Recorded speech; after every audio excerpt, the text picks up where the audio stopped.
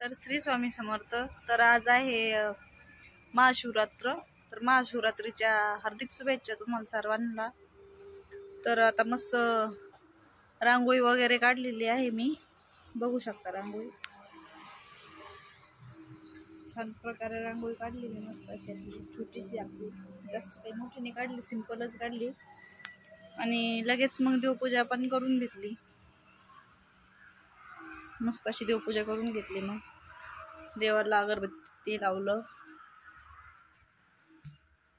घरात आता सध्या लाईट नाही आहे, त्यामुळे काही एवढं दिसत नाही, थोडंसं म्हणजे दिसतंय. मस्त अशी देवपूजा करून घेतली.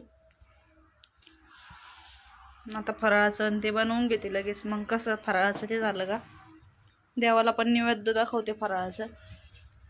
आता वाजलेत 9.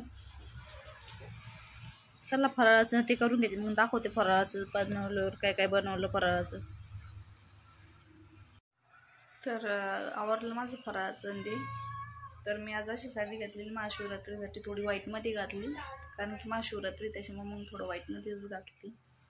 आणि साबुदाण्यामध्ये ते काय काय केलं मी फराळाचं बघा. साबुदाणा ते काय काय केलेलं आहे.